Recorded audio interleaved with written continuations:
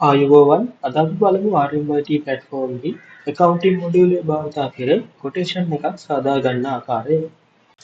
site bar sales menu එකට ගොස් quotations tab එකට යන්න. ඉන්පසු create new quotation page එකට යන්න. පළමුව customer select කරන්න. ඉන්පසු due date එක ඇතුළත් කරන්න. ඉන්පසු items ඇතුළත් කරන්න. price එක change කරන්න.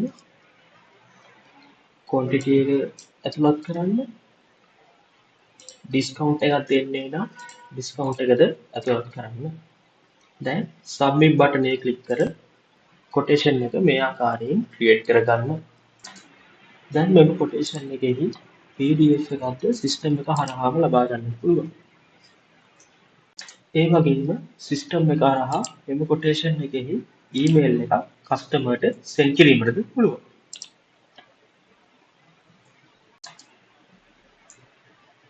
ඒ වගේම මෙම quotation එක confirm වූ පසු sales order එකක් බවට convert කිරීමටද පුළුවන්.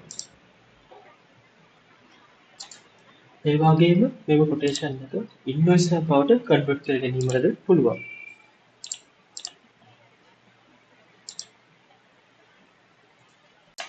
ඉතින් මේ ආකාරයට පහසුවෙන් ඔබගේ ව්‍යාපාරික කටයුතු කරගන්නට අදම RMIT Books සමග එකතු වන්න. RMYT Books. Zero guesswork.